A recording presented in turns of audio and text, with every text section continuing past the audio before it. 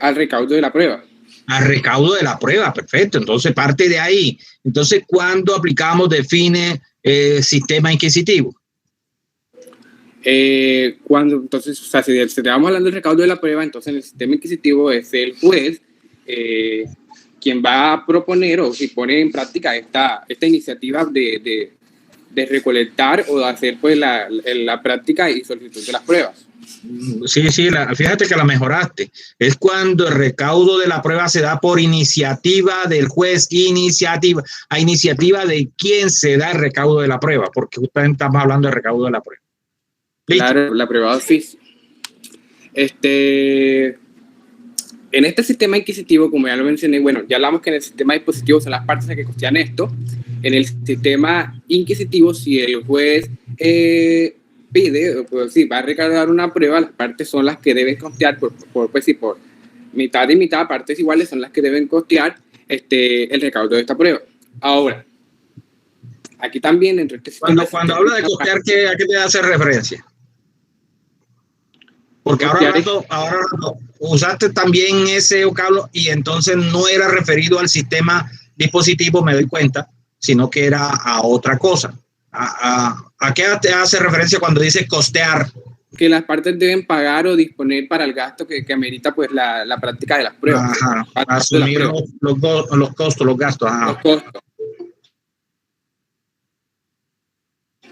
Bueno, en el sistema dispositivo las partes son las que asumen ese gasto y en el sistema inquisitivo también, pero por partes iguales. En cambio, en el sistema dispositivo, pues si una parte, o sea, si una de las partes solicita una prueba, esta es la que debe pagar. Y en el sistema inquisitivo, si es el juez quien va a hacer el recaudo de esa prueba, pues las partes por iguales van a pagar lo que puede costar el recaudo de esa prueba. Ahora, espérate, les preciso, pues vamos a precisar algo.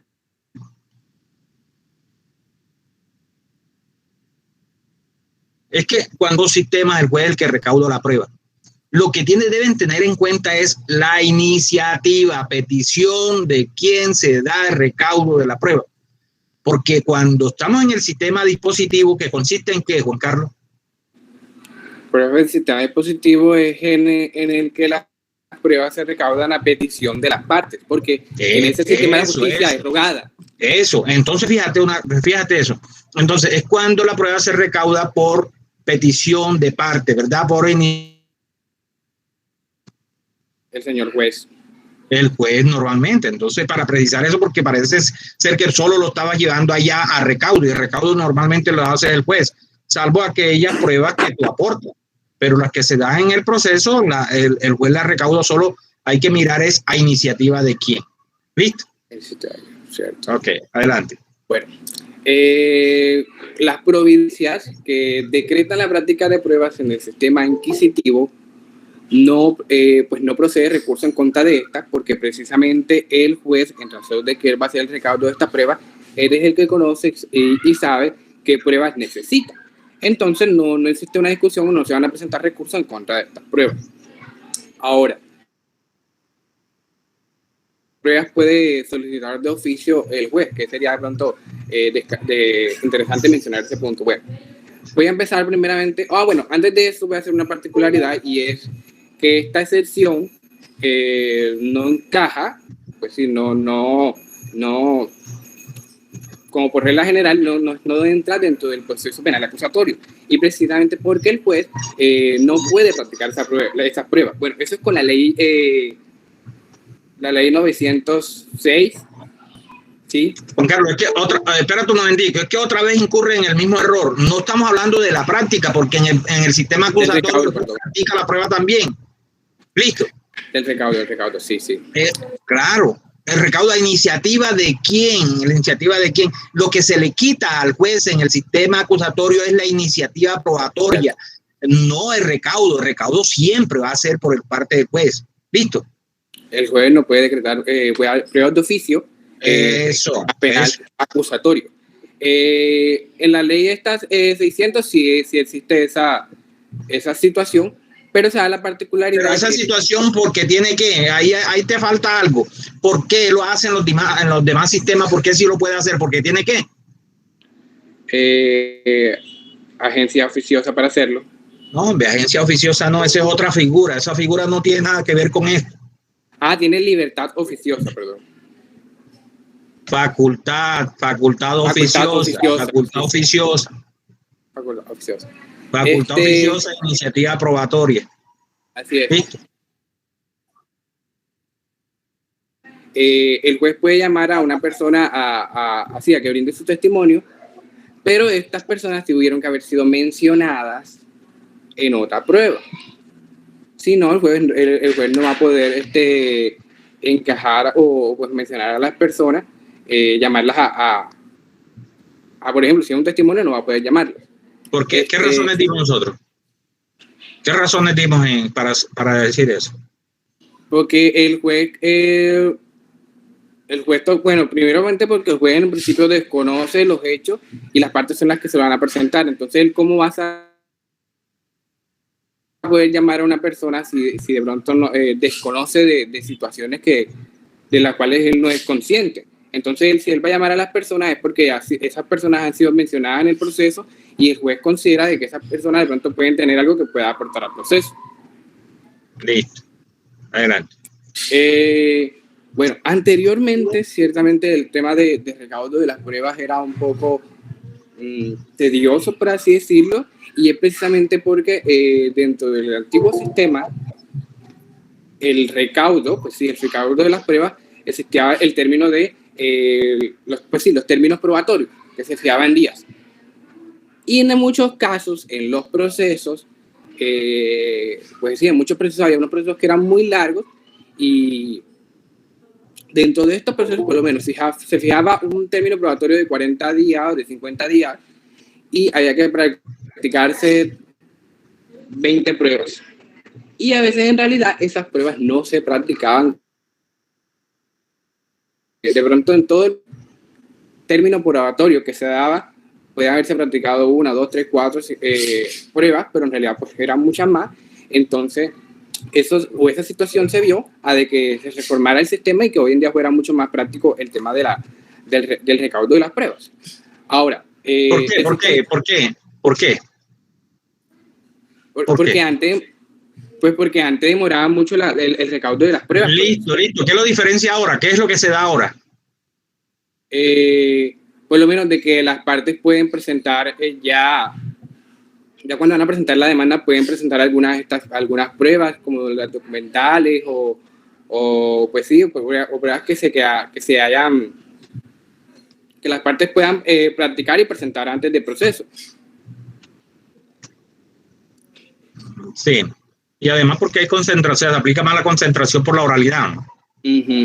Por la oralidad de los procesos. Sí. Ciertamente, para el recaudo de pruebas existen unas reglas. La primera de estas reglas concentra precisamente que en el caso de las pruebas documentales, si se va a pedir por lo menos a una institución pública o una institución privada una prueba documental, usted debe, antes de presentar la denuncia, usted debe haber solicitado a esa entidad, a esa institución. ¿Antes de qué? Que no te entendí. ¿Antes de qué? O sea, antes de presentar la demanda, usted ya tuvo que haber tenido la oportunidad de recolectar esas pruebas. Así es. Las documentales. Entonces, si de pronto usted pide, bueno, solicita la prueba, tiene que hacer uso y derecho tiene que hacer uso del derecho de petición. Y hay muchas situaciones en las que esas pruebas o ese derecho de petición la entidad de pronto no lo documento es necesario para aprobar alguna situación. Entonces allí la persona sí puede pedirle al juez que recolecte esta prueba, porque al final no me la negaron a mí, pero entonces como yo la pedí, pues le voy a pedir entonces y no me la dieron, yo le voy a pedir al señor juez que me entregue esta prueba a mí, o que recaude esta prueba por mí, por así decirlo. Otra regla, otra característica importante, y es que otro punto importante que podemos mencionar es el de las inspecciones judiciales. Y es que cuando una situación no va a aprobarse con el documento o requerimiento que se necesita específicamente para... ¿Cómo una situación? No, no estamos hablando de situación, no señor. Cuando hablamos de prueba, ¿hablamos de qué? Hechos. Usted tiene que manejar bien el discurso. Así es. Entonces, cuando te va a aprobar esos hechos, pero entonces no existe una prueba con la que yo pueda probar esos hechos, se va a recurrir a la inspección judicial. Se mencionaba en la clase como que hay algo, bueno, eso en los que no se puedan probar esos hechos. Pero hay otros casos o en otras situaciones o en otros procesos, en los que sí es necesaria esa inspección judicial. Y mencionaba por lo menos que dentro del proceso de pertenencia necesariamente se debe hacer esa inspección judicial. O también en el proceso de deslindaje y mojonamiento. Bueno, eso con respecto a esa parte que unas reglas generales. Déjalo ahí, Juan Carlos. ¿Qué estaba buscando? ¿Estás buscando algo en tu pantalla o qué? No. Mira, tienes un 0, entonces te la dejo en 3. ¿Listo? Bien. ¿Alguien más que quiera participar?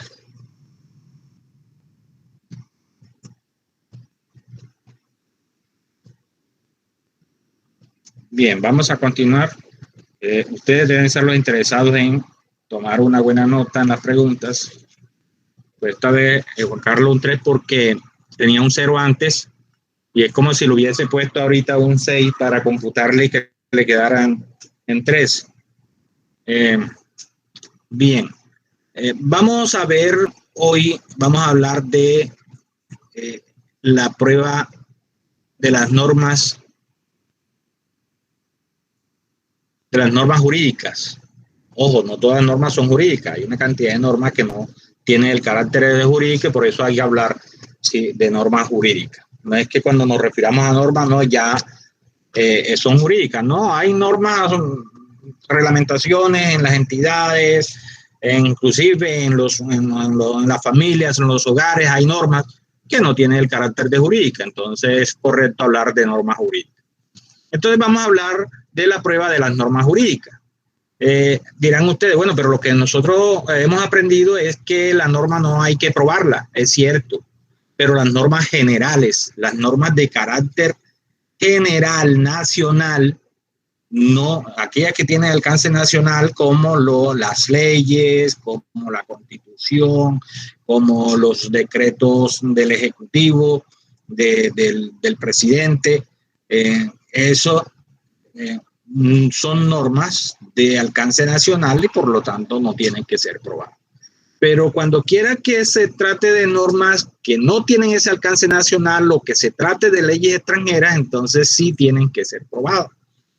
Porque como no es de alcance nacional, pues no tiene por qué ser de conocimiento o presumirse, porque realmente las leyes no es que sean de conocimiento de todos, sino que se presumen de conocimiento de todos. ¿Por qué? Porque ellos reciben una publicación que hace que se presuma eso, que todas las personas como la publican, hace que se presuma de conocimiento de todos. Entonces, como si son decretos, acuerdos de los consejos, los actos de las asambleas, los actos del ejecutivo local o regional, entonces como no son normas jurídicas de alcance nacional, entonces usted tiene que probarla. Lo mismo sucede porque nosotros aquí pues se presume el conocimiento de las leyes nuestras, pero no tiene que presumirse el conocimiento de las leyes extranjeras. Entonces hay que probarla. ¿Cómo se va a probar? Adjuntando copias al proceso de eso. Bien que sea que usted la aporte o bien que también la pueda pedir el juez. Se puede dar de acuerdo con los sistemas que acaba de referirse Juan Carlos ahorita, el dispositivo al inquisitivo, dependiendo de quién sea la iniciativa. Cuando se trata de pero cómo la vamos a aportar? Copias del proceso, ¿verdad? Entonces, esa copia de la ley extranjera pedida por una autoridad competente del respectivo país.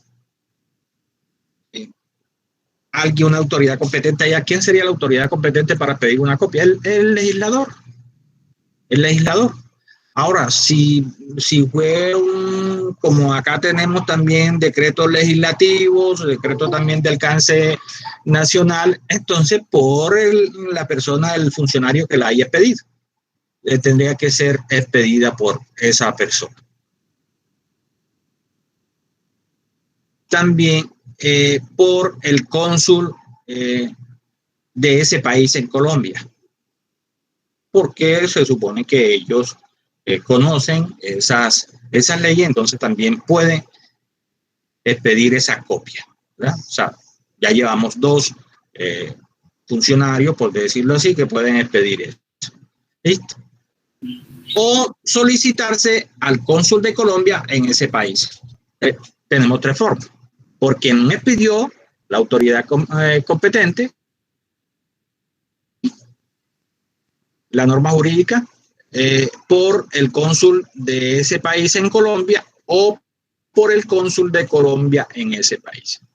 ¿Sí? Profesor, disculpe. Sí. ¿Será que puede hacer el favor de repetir nuevamente? Es que no le he entendido. Se escucha entrecortado. No hay problema. Estamos mirando cómo se prueba la ley extranjera en este momento. Y decimos que tiene que aportar copias se adjunta copias sobre la ley. Ahora, ojo, si la vamos a pedir aquí, si la vamos a aportar aquí, tenemos que aportar un texto en el idioma, sí, porque si es de otro idioma, si es de algún país de habla hispana, no hay problema. Pero si es de un país que maneje otro idioma, entonces tiene que aportar una copia en el idioma de ese país y también tiene que aportar la traducción. Para una oficial nuestro es el castellano, así lo dice la ley. Entonces, tiene que venir con la traducción. Entonces, en principio estamos viendo 3 formas de adjuntarla. ¿Cómo? Por la autoridad competente. La autoridad competente de ese país, del respectivo país, ¿quién es? El que haya expedido la ley, que para nosotros es el legislador. Allá también se le llama legislador. En cualquier país se le va a llamar legislador el que expida la norma jurídica. Lo que sucede es que también el Ejecutivo a veces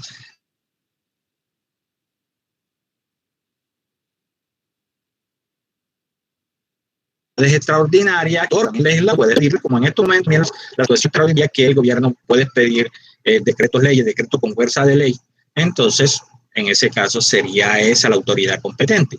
Pero también se puede pedir aquí que la expida el cónsul de ese país aquí en Colombia.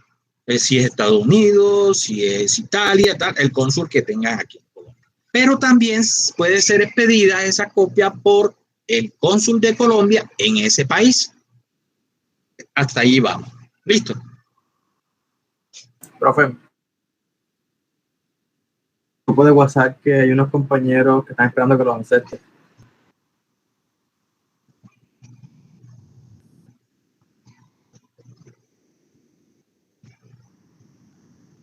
La verdad es que yo que ustedes como que no, bueno, muchas personas, porque muchos de ustedes sí entran en forma oportuna, pero hay otros que no, como que consideran que entrar en cualquier momento. Y ojo con eso, jovencitos, la disciplina es importantísima para la formación. Entonces, no, mire, todo esto genera traumatismo, realmente, ¿no? Pero, bien, continuamos. Profe, disculpe una preguntita. Dígame.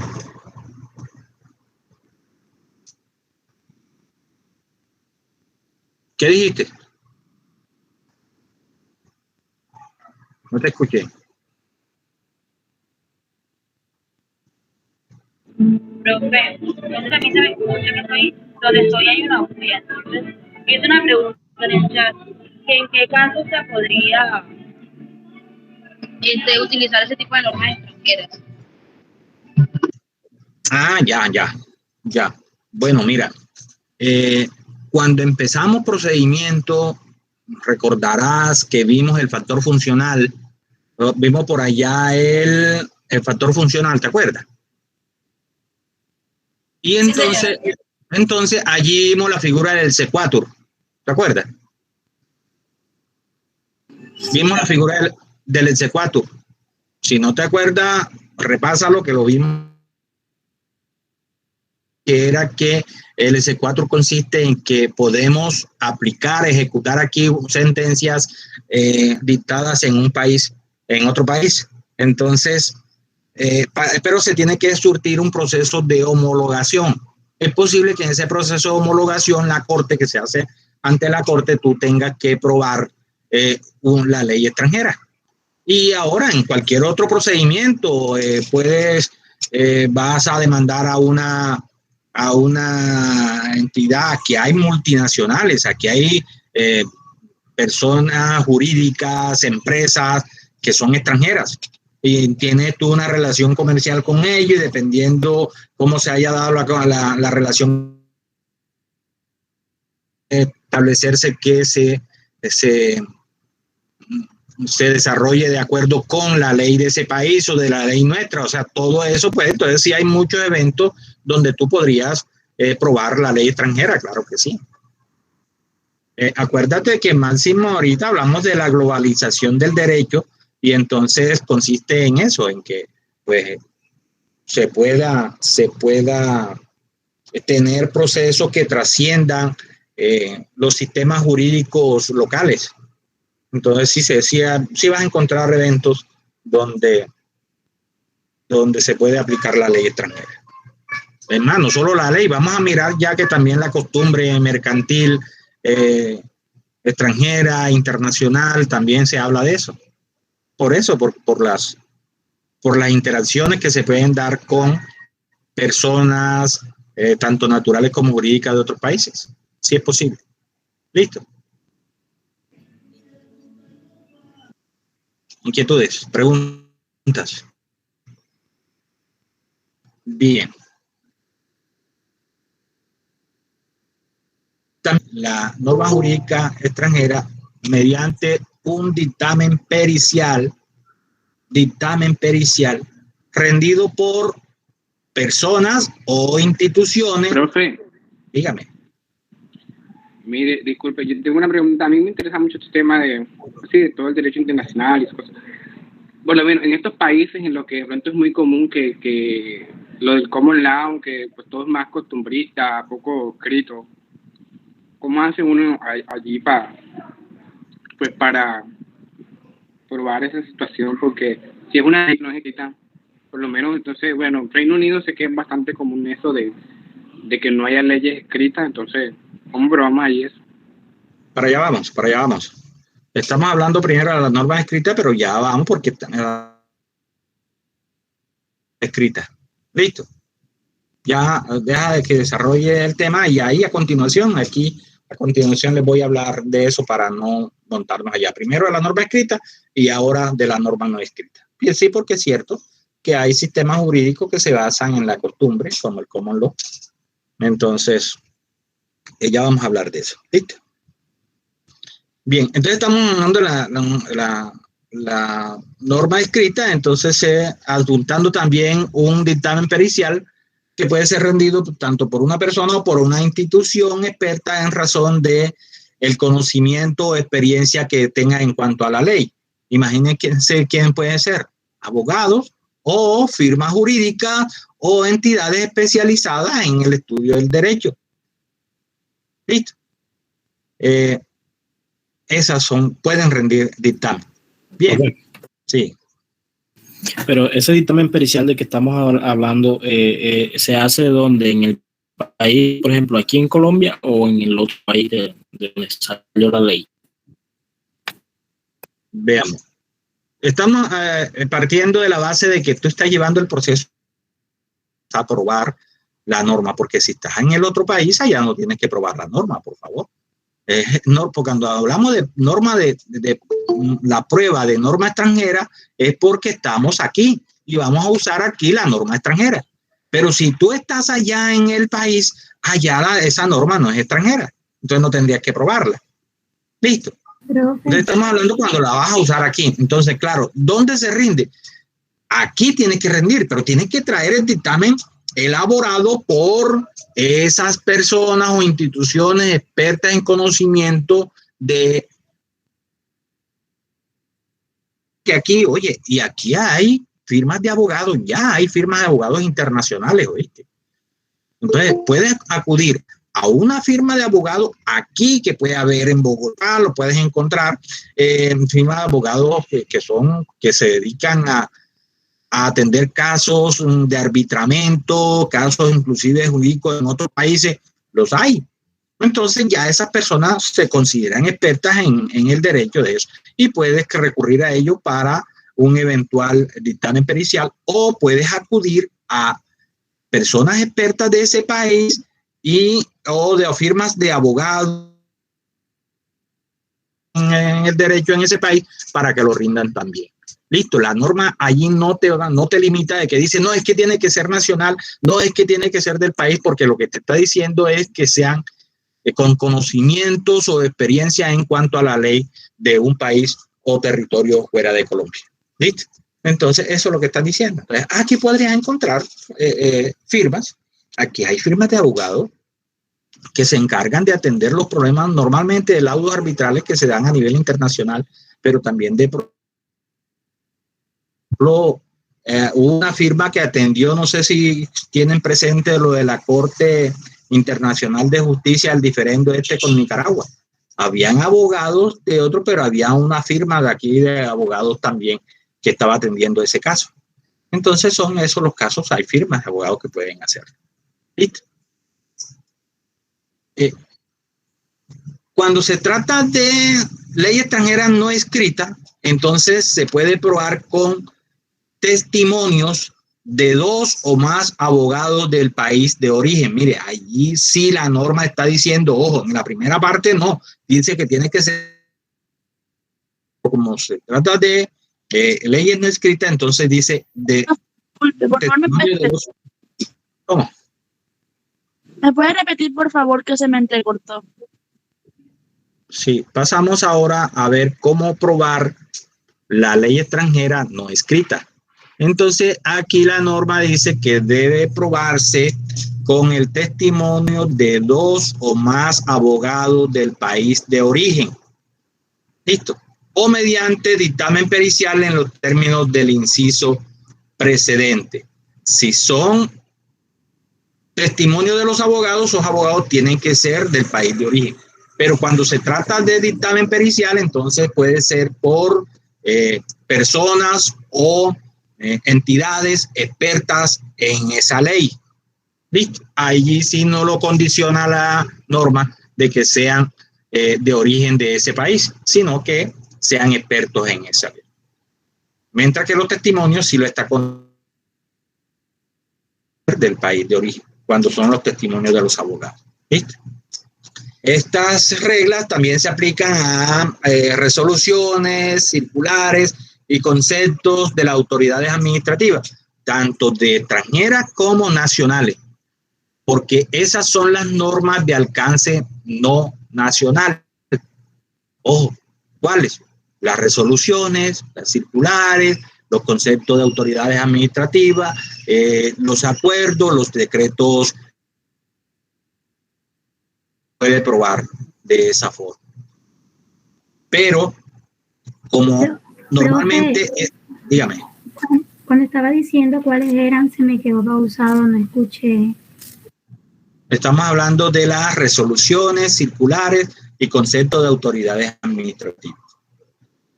Pero, sin embargo, cuando estos actos, resoluciones, circulares y conceptos de autoridad administrativa son publicadas en AOICA, entonces no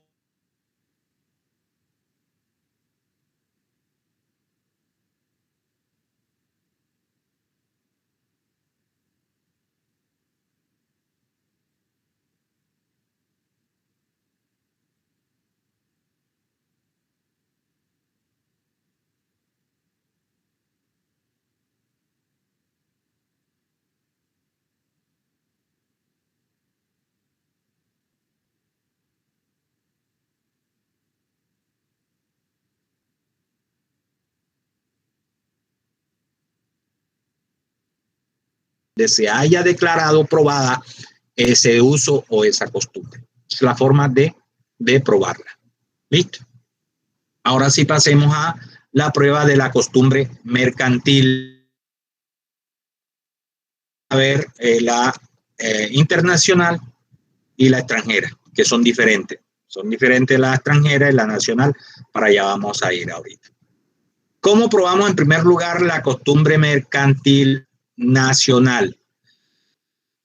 La probamos con el testimonio de 2 comerciantes inscritos en el registro mercantil. Ojo, debe estar registrado en Cámara de Comercio. Deben tener registro mercantil, porque si no, no es que yo soy comerciante, su oficio comerciante.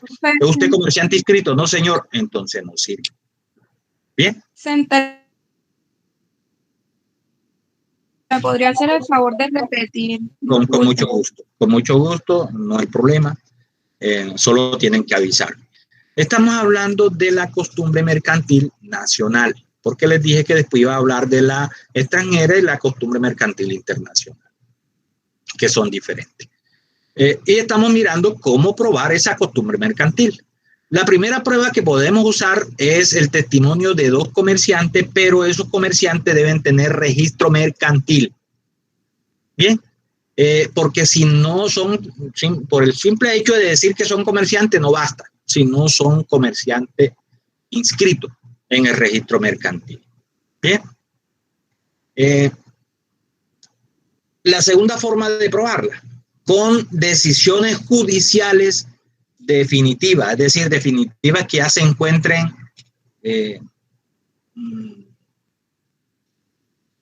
que ya estén ejecutoriadas, proferidas dentro de los 5 años anteriores al proceso donde nosotros la vamos a. Porque si usted trae una decisión judicial de 6 años atrás, pues ya no le va a servir, porque pierde vigencia. Por eso es que hablamos, la costumbre mercantil tiene una vigencia porque puede cambiar, porque puede decir, no, pero eso era lo que se daba antes. Ya esa costumbre ha cambiado, porque hay algunas costumbres que sí pueden cambiar, pueden variar. Entonces, por eso es que la norma establece una vigencia de 5 años. Cuando sectoriadas, definitivas. ¿Sí? Y la tercera forma es a través de certificación de la Cámara de Comercio correspondiente al lugar donde se rija esa costumbre. Porque, ojo, si usted no va a probar la costumbre mercantil que se da en Sincelejo con una certificación de Cámara de Comercio de Medellín, porque no son lo mismo, no es lo mismo. Va a encontrar diferencias. Entonces, por eso la norma dice, con certificación de la Cámara de Comercio, la costumbre.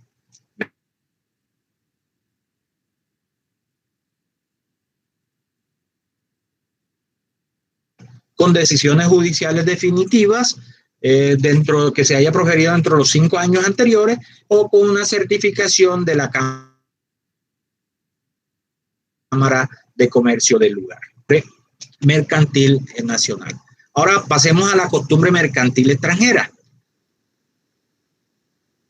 ¿Cómo la vamos a aprobar acá? Con certificación. Oigan esto, certificación del respectivo cónsul colombiano o en su defecto de una nación amiga. Ejemplo, vamos a aprobar la costumbre mercantil de España. Vamos a aprobarla aquí.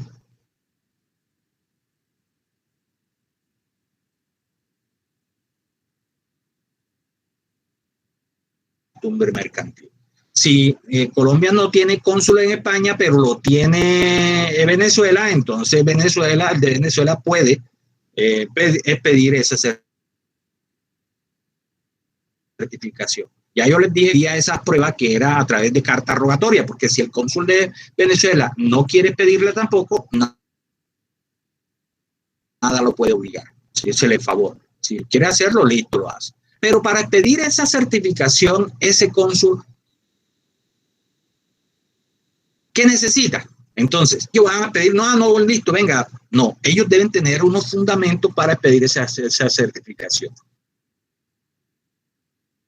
Lo deben solicitar constancia a la Cámara de Comercio local del lugar donde rige la costumbre, o si no hay Cámara de Comercio, porque es posible que ya se le llame de otra forma, o la entidad que haga las veces si no hay Cámara de Comercio.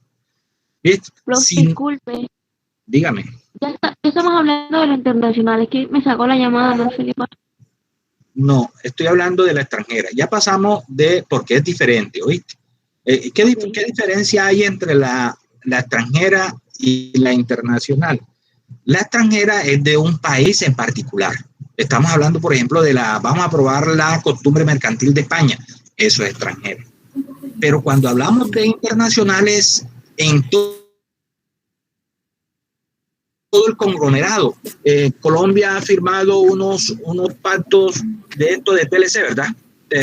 Tratado de Libre Comercio, ¿cierto? Esos pactos son con varios estados, ¿verdad? A veces involucran varios estados. Hay grupos económicos que el grupo de los 7, por ejemplo, un grupo económico de varios países.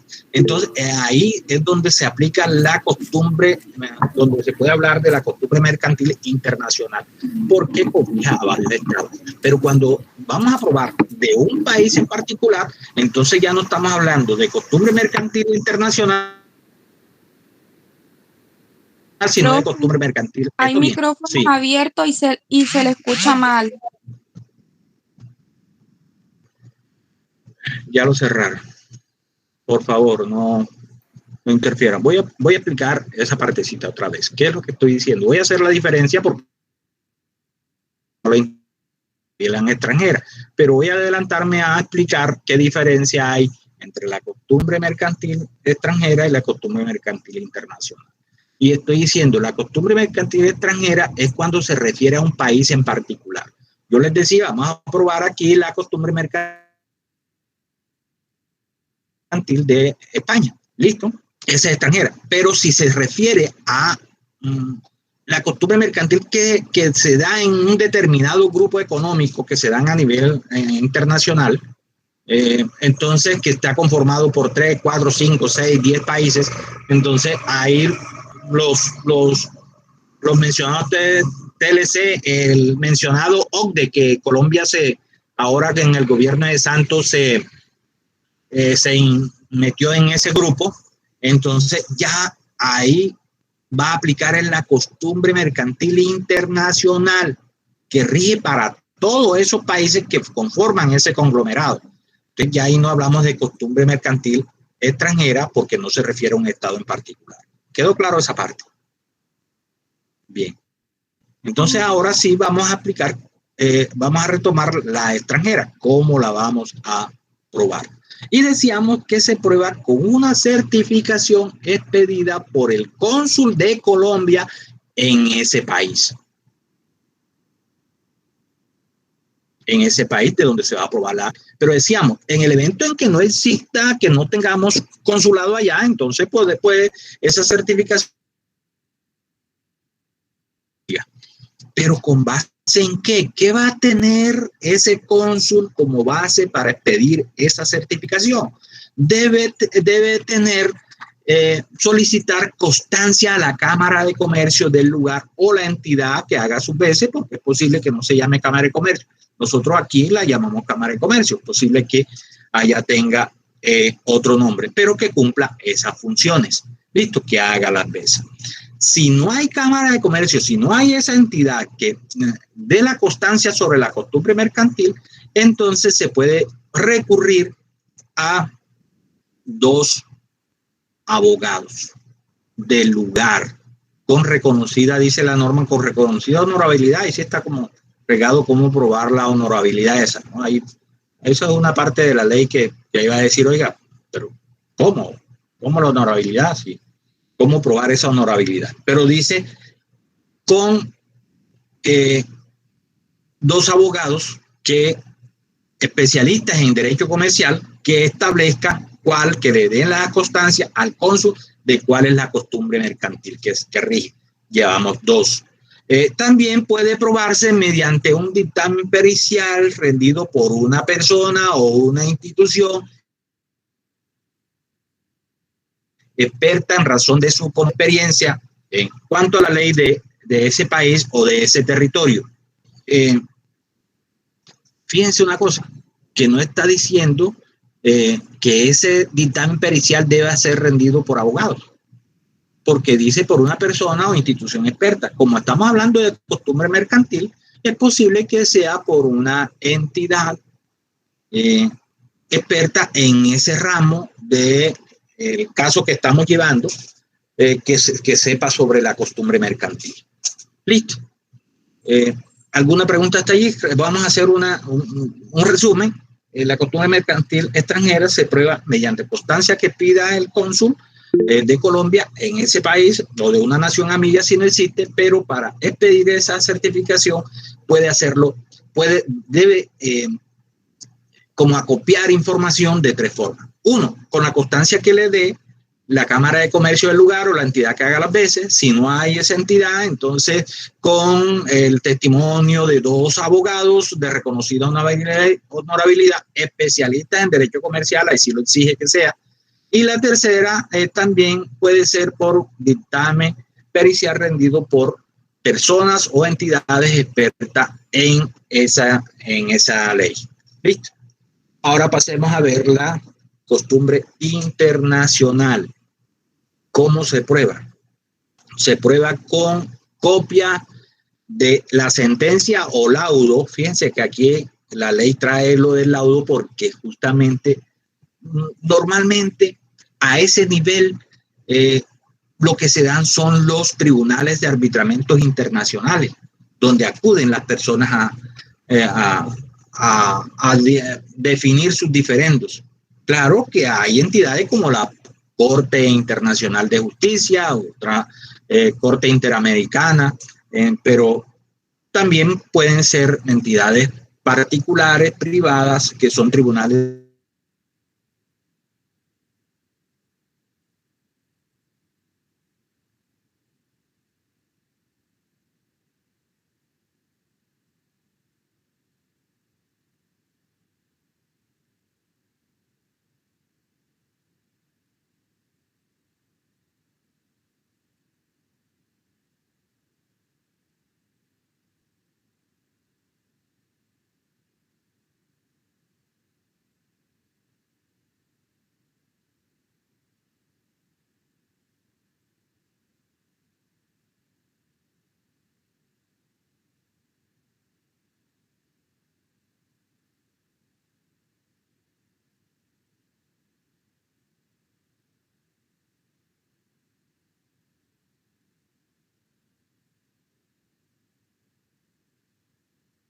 También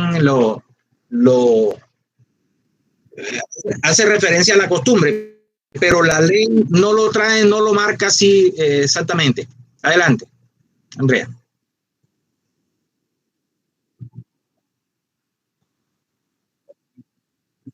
No hay problema. No hay problema. Vamos a primero a dilucidar lo de la pregunta. En ese caso, la norma no trae como ese condicionamiento, pero debe aplicarse porque como se trata de un hecho pareciera lo de las decisiones de los 5 años. Salvo que tú no tengas, que no se haya dado un pronunciamiento posterior sobre ese mismo tema y la decisión sea de más años y tú dices, pero es la última decisión.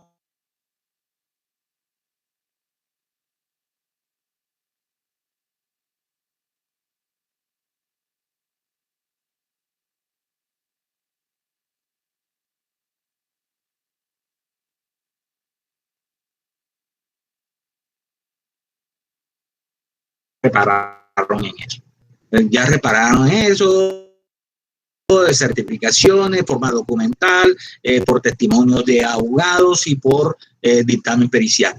Acá, cuando se trata de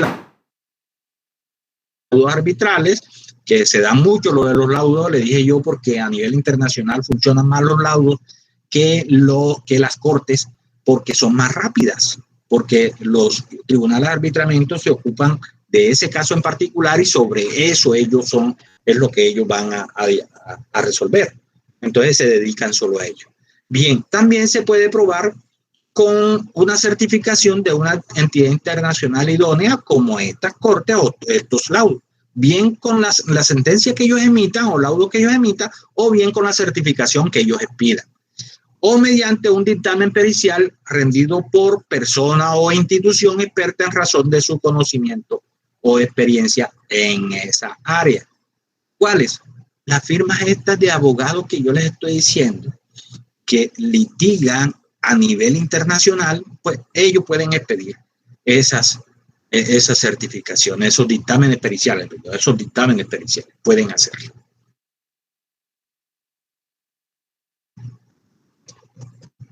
Preguntas.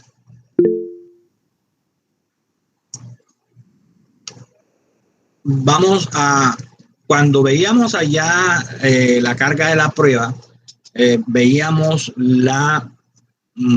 hechos notorios, ¿se acuerda?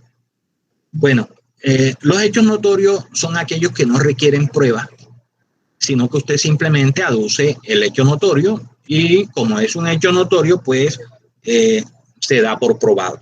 Claro que puede admitir prueba en contrario. Un hecho notorio es posible que digan, oigan, no, pero es que no es el que usted está diciendo. Si usted señala determinado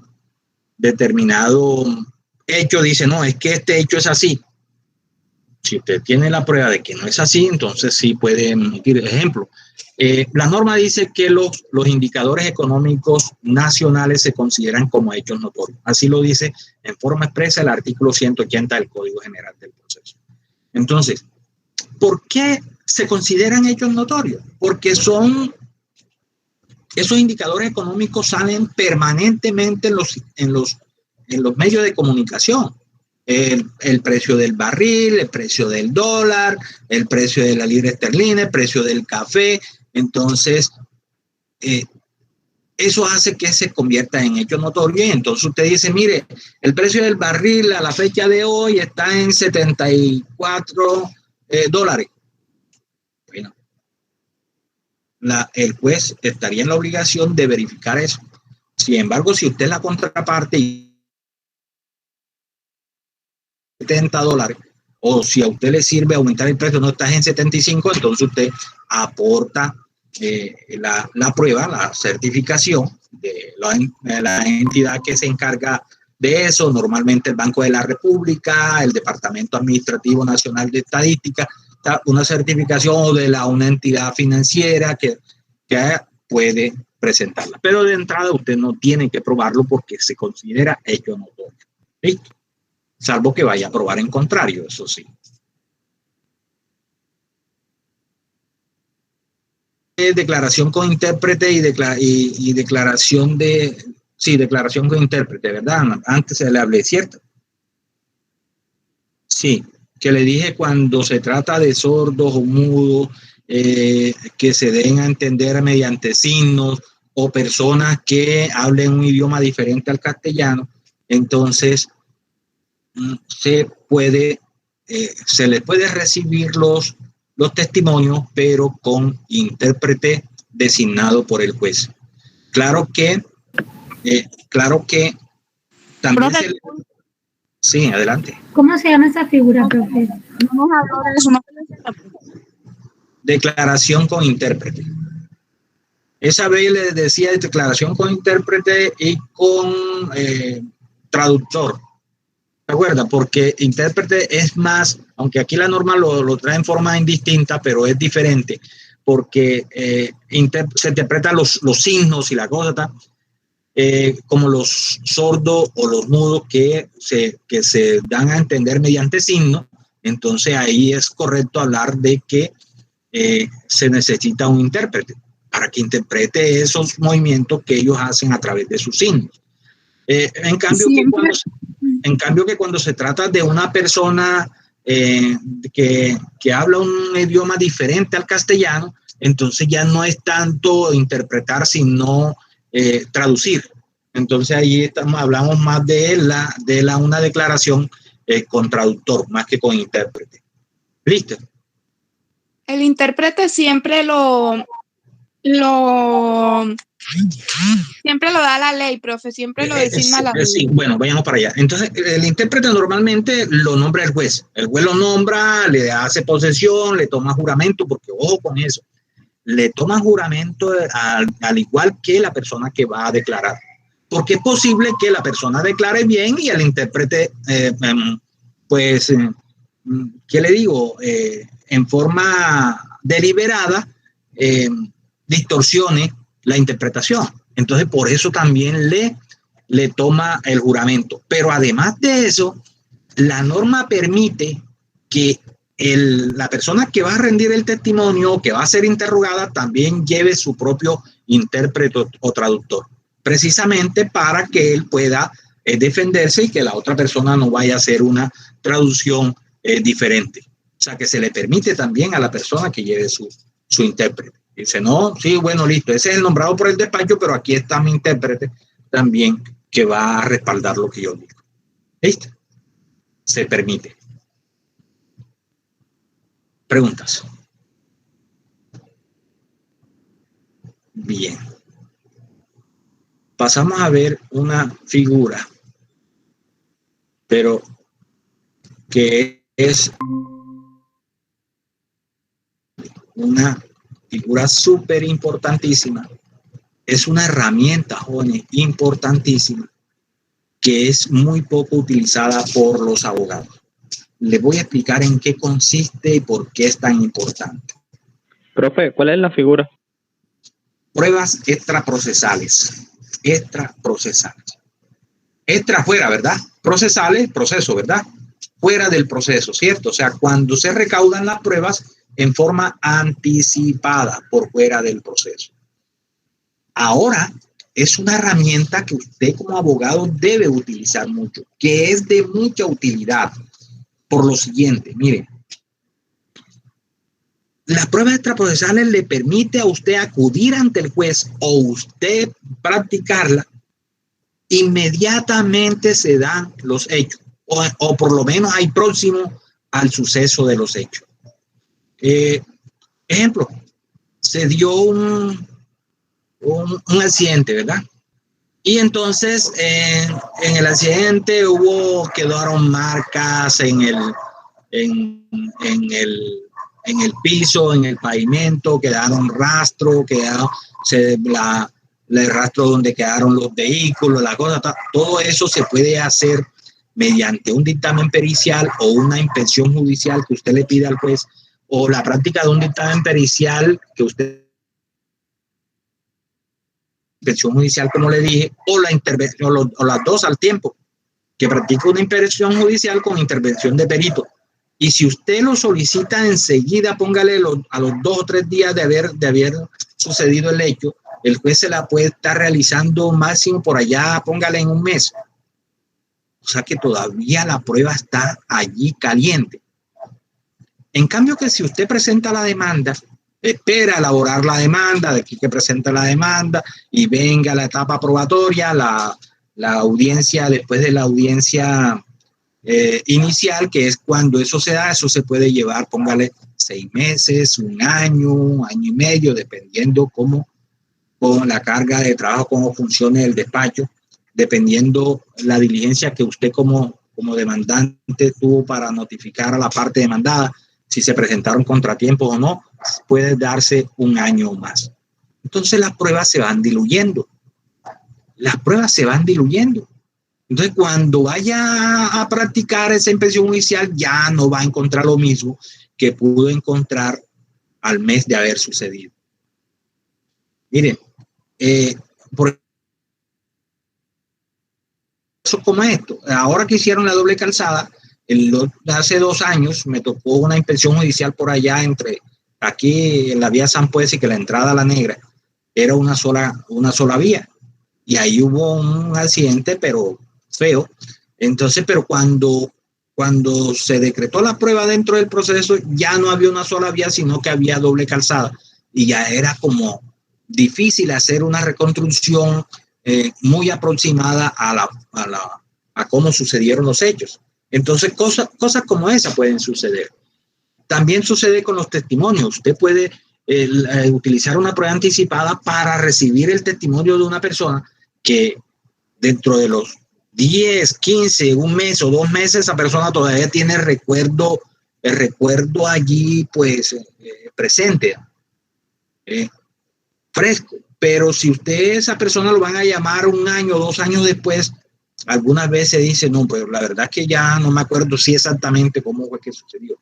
Y eso es posible porque las cosas se van olvidando. Entonces, esa es una de las ventajas que usted tiene con las pruebas extraprocesales. Pero hay una ventaja todavía mayor, y es que usted asegura la prueba con ese grado mayor de aproximación a los hechos y asegura la prueba. Y normalmente cuando usted aporta buenas pruebas al proceso, usted propicia lo que es la conciliación, porque la otra parte sabe que usted tiene pruebas contundentes con los cuales le va a vencer. Pero además a usted como abogado le sirve para saber en qué terreno está, si presenta o no la demanda, porque si usted recaudó la prueba y resulta que usted sabe que con esa prueba no va a ganar el proceso, pues entonces ¿para qué se va a gastar usted tiempo y dinero en ese proceso? Y dígale al cliente, mire, aquí lo que hay es esto y realmente con esto no creo que salgamos adelante.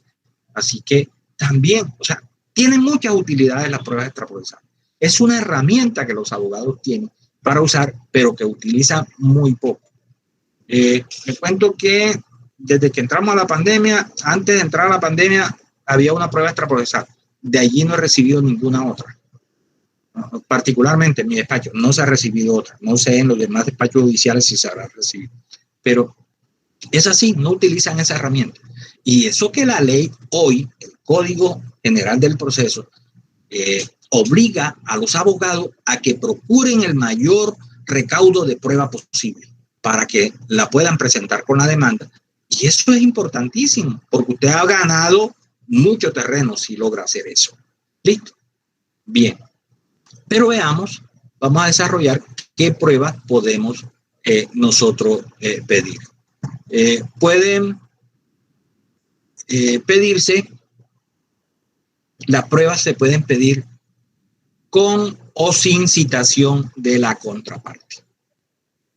Con o sin citación de la contraparte. Si usted va a practicar, acuda ante el juez para que se practique un dictamen pericial o para que se practique una inspección judicial o para que se reciban unos testimonios, entonces, y usted va a demandar al señor X o a la señora X, usted puede pedirle al juez que se cite a esa persona que usted va a demandar. O simplemente pide que se practique la prueba y no pide que se cite a esa persona que se va a demandar. ¿Qué diferencia hay? Que si usted la cita, entonces esa persona ejerce la contradicción allí en la prueba anticipada, la prueba extraprocesal. ¿Qué quiere ello decir? Que una vez que ya la aporta al proceso, ya va como prueba plena, ya va controvertida, ya allá no necesita darse la contradicción, ya pasa como prueba plena. En cambio que, si usted no lo cita, claro, la aporta, pero otra vez tiene que darse la contradicción allá en el proceso. ¿Listo? Llaman a ratificación, tienen que traer otra vez al perito, darse la discusión, o sea, darse la contradicción de la prueba. Esa es la diferencia. ¿Listo? Bien. Empecemos por el interrogatorio de parte. Empecemos por el interrogatorio de parte.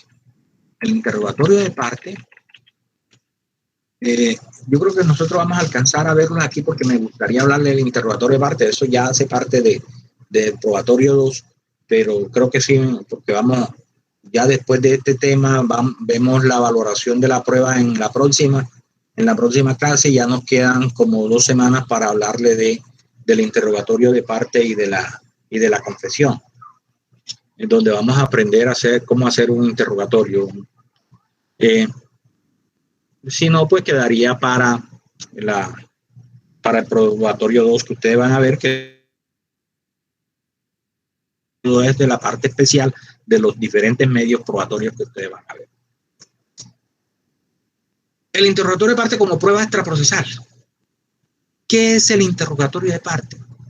Es cuando yo, como prueba extraprocesal, es cuando yo antes del proceso acudo ante el juez para que cite a esa persona que yo pretendo demandar o que yo tema que me pueda demandar. Ojo eso. Yo sé que esa persona me va a demandar tarde o temprano, pero yo quiero asegurar la prueba. Yo puedo llamarlo también para interrogarlo. No solo cuando yo pretendo demandarlo a él, sino cuando yo tema que me van a demandar, yo también puedo llamarlo a interrogatorio. Y se puede pedir por una sola vez a esa presunta contraparte para formular el interrogatorio sobre los hechos que van a ser materia de ese proceso. ¿Listo? En la solicitud se debe indicar en forma concreta lo que usted va a probar. Y Profe, disculpe, la última parte no la entendí, se me entrecorta mucho. ¿Qué es lo que estamos diciendo? Estamos hablando del interrogatorio de parte como prueba extraprocesal. ¿Listo? Entonces tú puedes citar a la persona que pretende demandar o que tu tema que se te demande, tú lo puedes citar a un interrogatorio de parte. Y en el interrogatorio debes establecer en esa solicitud los hechos que han de ser materia del proceso. ¿Listo? Tú lo vas a interrogar sobre los hechos que han de ser materia del proceso. En esa solicitud debe indicar en forma concreta lo que tú pretendes probar con ese interrogatorio. O sea, no en forma amplia, sino en forma concreta. Pretendo demostrar la responsabilidad en tal cosa. ¿Listo? Pretendo demostrar el incumplimiento del contrato tal. ¿Listo? O sea, en forma concreta, dice la norma. Bien. Ahora, en cuanto al cuestionario que tú vas a hacer, tiene dos opciones. Lo puedes anexar o no lo puedes anexar. ¿Listo? ¿Cuál es la sugerencia mía? Que siempre anexen el cuestionario. Les voy a explicar por qué. Siempre anexen el cuestionario. Porque resulta que si tú anexas el cuestionario, la persona es citada y no se presenta y no presenta excusa de su no presentación, entonces el juez va a calificar el cuestionario y va a dar por probado, oigan esto, va a dar por probado aquellos hechos susceptibles de confesión que contenga el cuestionario. En cambio, ¿qué? Si tú no aportas el cuestionario, la persona es citada, la persona no comparece, no hay nada que dar por probado. Entonces, siempre aporten el cuestionario escrito. Pero además, lo puedes aportar de dos formas: abierto o en sobre cerrado. ¿Cuál es la sugerencia mía? Que lo aporten en sobre cerrado, para que la persona no tenga acceso a las preguntas, sino cuando usted se la está haciendo. Él sabe que le va a interrogar sobre el caso del accidente tal, por ejemplo, pero no sabe cuáles son las preguntas. En cambio, que si usted lo deja abierto, pues él, cuando se notifique, trae su abogado y el abogado va a revisar cuál es el cuestionario. En cambio, que cuando es el sobre cerrado, ese sobre cerrado no se puede abrir si no lo abre es el juez al momento de hacer el interrogatorio. Lo hace antes para calificar la pregunta y después usted hace el interrogatorio. Ahora, miren la ventaja también. Cuando usted presenta el cuestionario y usted el día del interrogatorio usted no puede asistir, no importa. Porque como ya el cuestionario está presentado, entonces el juez hace el interrogatorio con el cuestionario que usted dejó. Pero si usted no deja cuestionario, llegó el día de la diligencia, usted no pudo asistir, hasta ahí llega la prueba, porque el juez no tiene nada que preguntar. Listo.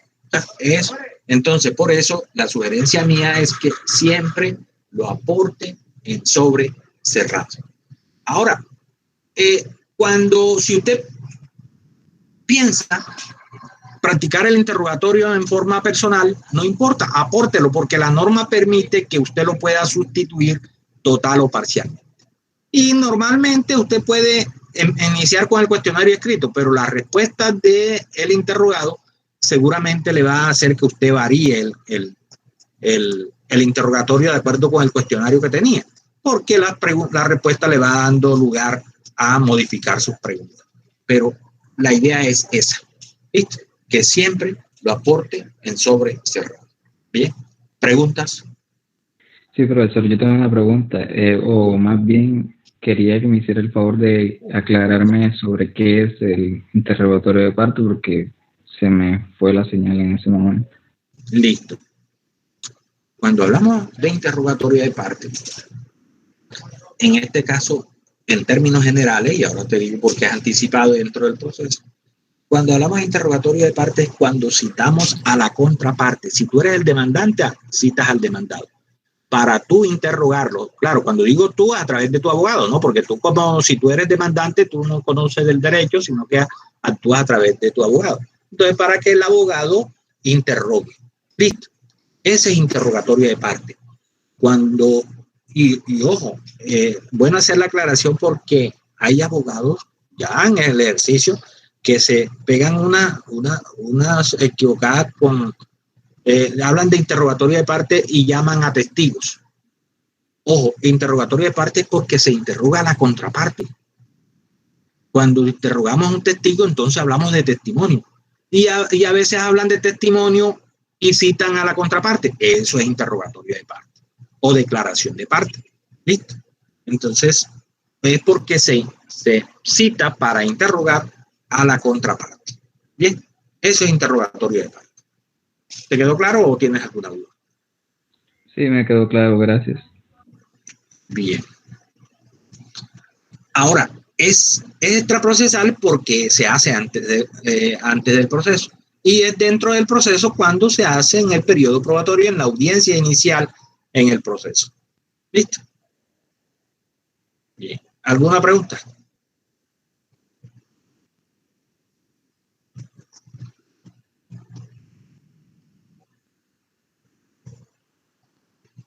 Estas pruebas anticipadas también se puede hacer para exhibición o para reconocimiento de documentos, sobre documentos también se pueden hacer. Entonces, ¿cómo se hace?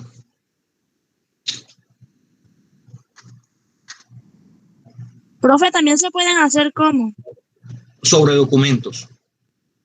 Bien para reconocimiento, bien para exhibición. Vamos a explicar que son dos figuras diferentes.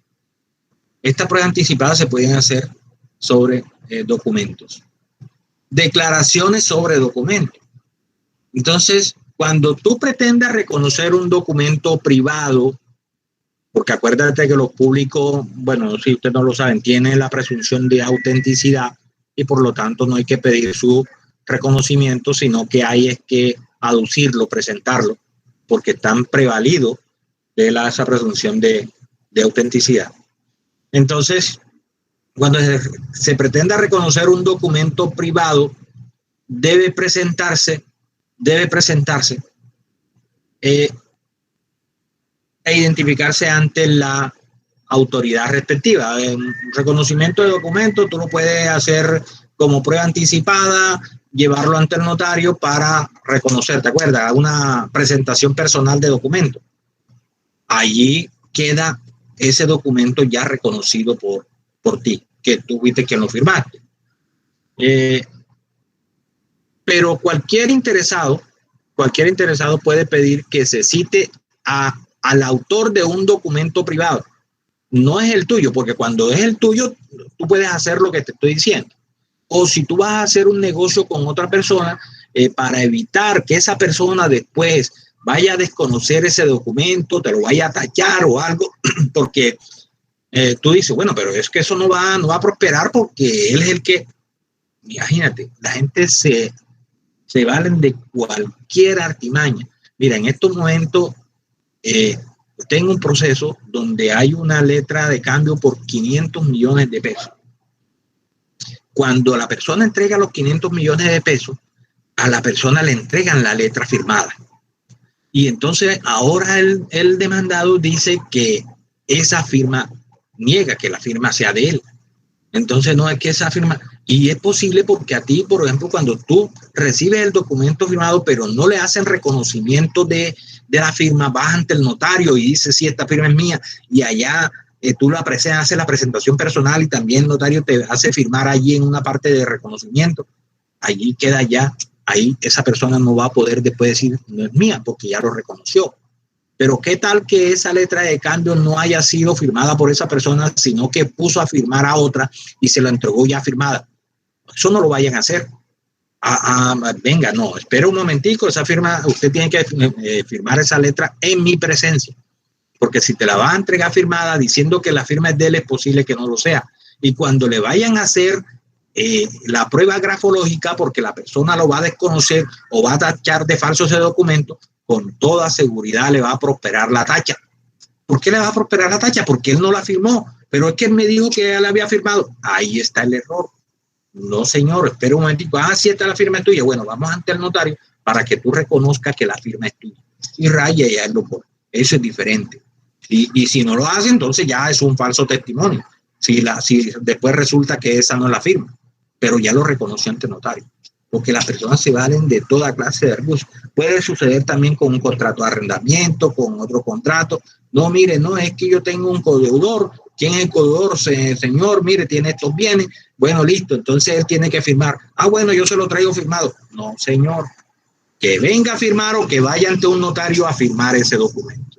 Porque ponen a firmar a otra persona, tú demandas después a la persona que supuestamente firmó. Cuando hacen la prueba grafológica, resulta que esa no es la firma de él. ¿Y sale el documento qué? Falso. ¿Y sabe qué? ¿Cuál es la consecuencia? Que ayer les dije que hoy le iba a hablar de la tacha de falsedad. La consecuencia es que la norma dice que hay que pagar el 20% del valor del documento. Ojo. O sea que 20% en este caso, si se declara falsa la letra de 500 millones de pesos, tiene que pagar, además que pierde el proceso, tiene que pagar 100 millones de pesos, como el 20%. Uy, poco de plata. Y si no, está como de 10 a 20 millones de 10 a 20 salarios mínimos, si no tiene valor, si es un documento sin valor, que tú digas que es falso. Entonces, todas esas son cosas que ustedes tienen que aprender, porque cuando vayan a asesorar, cuando tengan a su cliente, cuando le pidan conceptos, ya saben qué hacer. ¿Listo? Profesor, pero entonces me surge una duda a mí ante la situación que usted acaba de plantear. ¿Cómo podría entonces, ante ese tipo de situaciones que se presenten, es decir, cuando yo pongo a firmar a otra persona, se realiza la prueba grafológica y se determina que esa firma no es mía? ¿Qué, digamos, qué defensa puede tener la contraparte para no perder el proceso? Ninguna, porque cometiste un error antes de aceptar un documento. Por eso es que te lo estoy diciendo. Por eso es que lo estoy poniendo sobre aviso. Ojo, ahí no tiene... O sea, profe, ¿ahí qué vas a hacer tú? Porque tú vas a decir, bueno, listo, mira, no, listo, te presto 500 millones de pesos, venga, no, sí, ya, mire, ya se la tengo firmada la letra, listo, aquí está. Entonces tú lo vas a demandar con esa letra. Entonces resulta que esa letra resulta falsa porque esa no es la firma de la persona. Te van a condenar a ti, no tiene forma. Ahora, ahí por lo menos el proceso ejecutivo. Después entonces tú puedes resultar hasta demandado por falsedad y todas esas cosas en documento privado o algo tal. O sea, es grave, pero por un simple error. Si logras probar de que le diste realmente el dinero porque por alguna otra medio probatorio, pues podría eventualmente iniciar después un proceso verbal por enriquecimiento sin causa, tal vez, pero de que tú vas a pagar primero, vas a pagar, y que puedes salir inclusive demandado penalmente, también puedes salir. Entonces, ojo con eso, porque normalmente la gente, no te digo que en este caso así, la persona no es que él tenía la letra en el bolsillo ya firmada y se la entregó. No, espérate un momentico, si esa letra la firmaste, claro que la firmé yo, no, espérate un momentico, fírmeme esta, porque realmente esa yo no vi que la firmó. O si es así, no le entrego el dinero, sino hasta que vayamos a una notaría para que usted le ponga la nota de presentación personal. Cuando se trata de que ustedes asesoren a personas, dígale, en eso hay que ser inflexible. No es que si no se hace el negocio, bueno, mejor no haga el negocio, porque con toda seguridad va a perder. Es así. Claro, es una situación que se puede dar. Muchas gracias.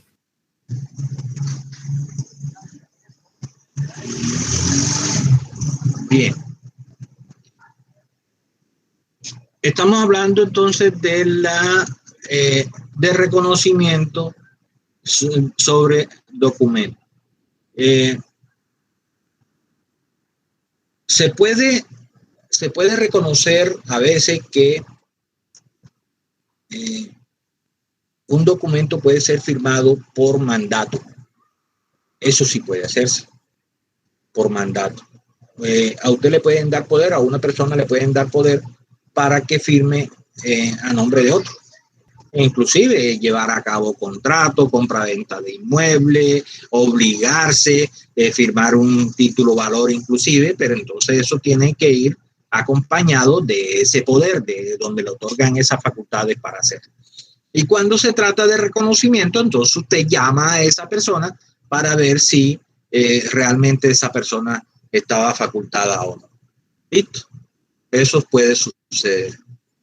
Esa persona, ahora, si era un buen representante legal y entonces ya cuando usted va a demandar a esa persona ya no está como representante legal, entonces ya usted lo puede llamar a esa persona como declarante, como testigo, para que declare si es de su autoría o no el contenido y el alcance del documento. Esto se puede hacer, porque es posible que cuando usted presente la demanda, ya la persona, cuando vaya a presentar reconocimiento del documento, ya la persona no sea el representante legal cuando se trata de personas jurídicas. Cuando se trata de mandato y lo hizo, listo, si fue para ese documento, usted lo va a llamar para ver si esa persona fue el que lo firmó o no. Pero, no, usted no se puede conformar con que la persona le muestre el mandato. No, mire, vea, yo tengo el mandato, bueno, listo, tú firmas. No, señor, esa firma, ese documento tiene que ir acompañado de ese mandato. No es que no te lo pueda entregar, entonces no estaría representado, porque esa es la prueba de que esa persona estaba facultada para obligar a esa otra persona. ¿Listo? Eso tiene que ser así. Cuando se trata del mandatario, produce todos los efectos respecto del mandato, pero si aparece probado el mandato, la norma lo exige, que usted tiene que probar, venga, muestre de que ese mandato existe. No, él me lo mostró. No, eso no es prueba. Eso no es prueba. Debe usted quedarse con el mandato para que pueda surtir efecto. ¿Listo? La declaración del citado debe ser recibida previo juramento. Previo juramento. Aquí se puede también incurrir en el falso testimonio. El juramento es eso, es una amonestación que el juez le hace a la persona que va a rendir la declaración que ha sido citada, bien como testigo o bien como autor del documento, y le hace la advertencia de la norma penal, que es exactamente el artículo 442 del Código Penal, donde se dice que el falso testimonio tiene una penalidad de 6 a 12 años de cárcel, el falso testimonio. Entonces, por eso el juez le toma el juramento, para que en el evento en que mienta y que se compruebe de que mintió, le compulsa copia a la fiscalía para investigarlo por el falso testimonio. Si el documento está firmado a ruego de una persona que no sabía o no podía,